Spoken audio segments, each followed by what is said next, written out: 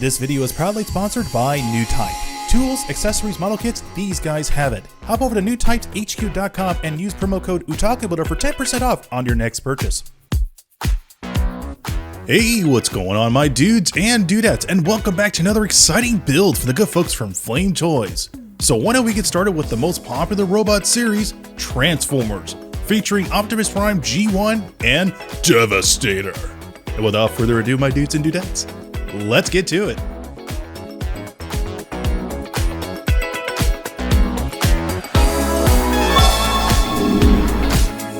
Hello and seasoned greetings to you all, my dudes and dudettes, and if this is your first time to this YouTube channel, welcome.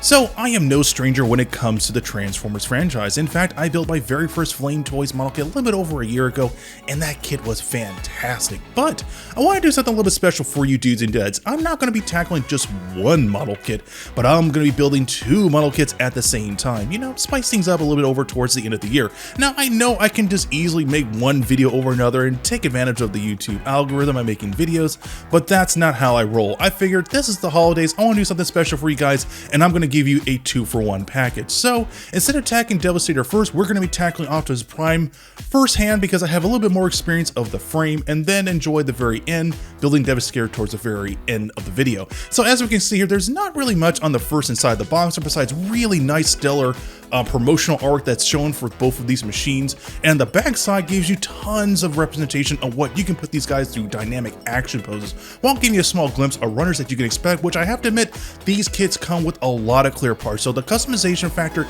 is really high. But probably by far the most beautiful thing about this model kit is the runners. Now, Devastator may look like it has a lot of runners to work with, but they're simplified in a way where it's still easy to put together. And by far the most wonderful thing about these model kits, they don't need any glue.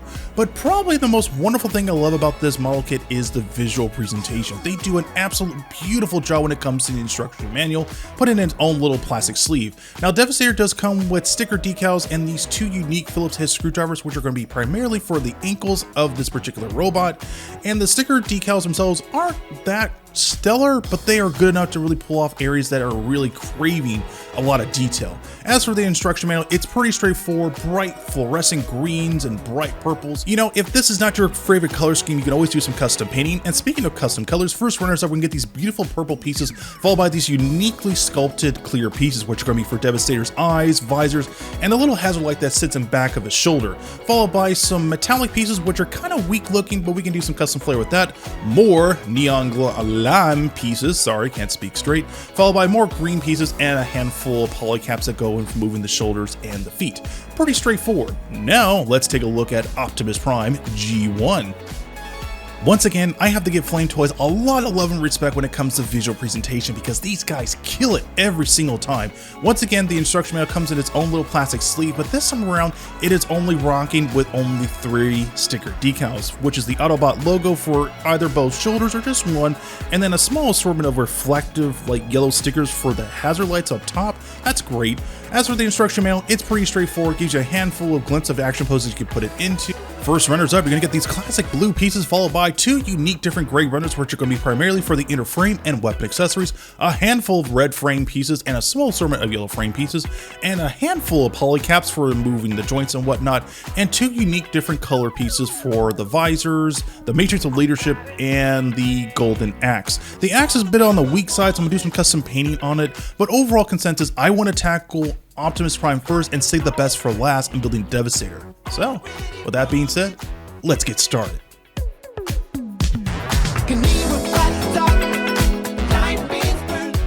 So this time around, I want to switch things up. Instead of hitting the inner thigh area with a metallic finish, I'm going to actually rock out with a royal gray, followed by the main dark pieces with a nice metallic finish. You know, switch things up and make it nice, a little authentic to the original source material.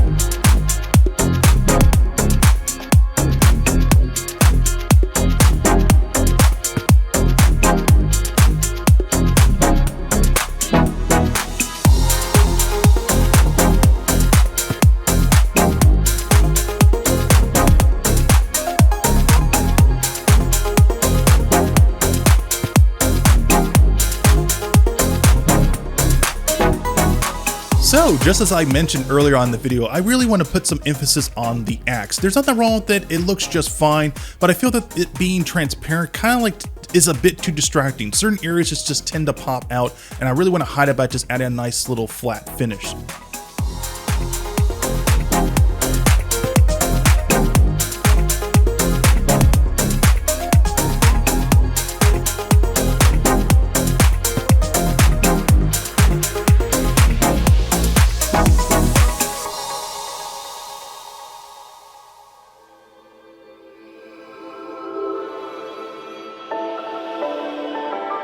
And like that, my dudes and dudettes, we have a much more authentic look for the axe wielded by Optimus Prime. So that pretty much wraps up Prime in a nutshell. Like I said before, it wouldn't make sense to make 2 videos. So now we're going to be tackling the granddaddy of them all, Devastator.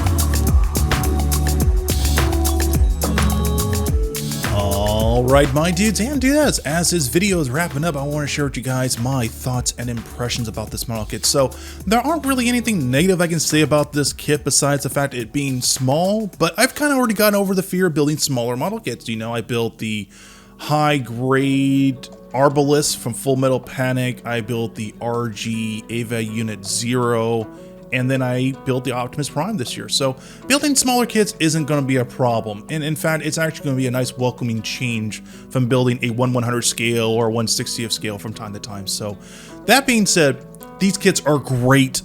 Building Optimus Prime once again was such a treat. I love the G1 feel. There's nothing wrong with the Cybertronian one I built a couple of months ago. There's nothing wrong with that. But the G1 Optimus Prime is just beautiful. Just I love that 90s, 80s aesthetic look to it. Just okay, it's a little bit more 80s, less 90s, but you guys know what I mean. It's really cool. And then Devastator definitely does not look anywhere close to the original design. In fact, this one is a little bit more, has a little bit more artistic freedom, which is not a bad thing. And it has a little bit of a Cybertronian and a little bit more of an Earth feel to it when it comes to the vehicles. It's not a bad thing. And in fact, it's actually really well designed. But if there was one thing I would actually knock down that's pretty bad about these model kits is there's a lot of these areas that are nicely compact to really make a nice clean flush assembly to these guys, which is great. But since these areas are so compact to one another, you're going to get tons of paint scraping and chipping. And that doesn't even matter if you're working with acrylic or lacquer-based paint, you're still going to get chip flaking and chipping. So that's my only downside with it. I only hope in the future that they make these model kits a little bit more bigger to help, you know, negate that problem. But it's overall a great kit. Optimus Prime is a 10 out of 10. Loved it. Devastator, it's good, but there are some areas that are definitely hurting it by far. Posability is very constricted. I mean, sure, the promotional work does show it in various action poses, but you have to be very, very careful on how you bend and flex certain areas. I had a certain problem with one of the arms on the left shoulder that started to buckle due to the stress of moving it up and down. But with that limitation, there are tons of cool little Easter eggs to this model kit. The vehicle modes, if you disassemble them correctly, does have some resemblance of vehicles that you would see on Earth, which is great. And the actual clear pieces for the eyes and the hazard light in the back really shows that these engineers were really starting to experiment by putting LED lights into this model kit, because there's a good deal of cavity space in the torso, but not enough in which you can put a small LED light unit. So the customization is definitely there for both kits. And Devastator definitely has a lot more options to that. So the big question is this kit really worth the purchase? Without a doubt, yes, but unfortunately Devastator is going to be the most expensive one in their model kit lineup, but it's definitely worth the purchase. But if there was one thing I would make one little small little critique, Flame Toys, if you're listening, make them a little bit more bigger. Just a tad more. I understand that they're probably testing the waters to see if people will be interested in purchasing another Transformer model kit that's a little bit more expensive, but from what I'm seeing from Devastator, it can be a reality, and I had a lot of fun building both of these kits at the same time. Probably won't be doing it again, but I had a lot of fun.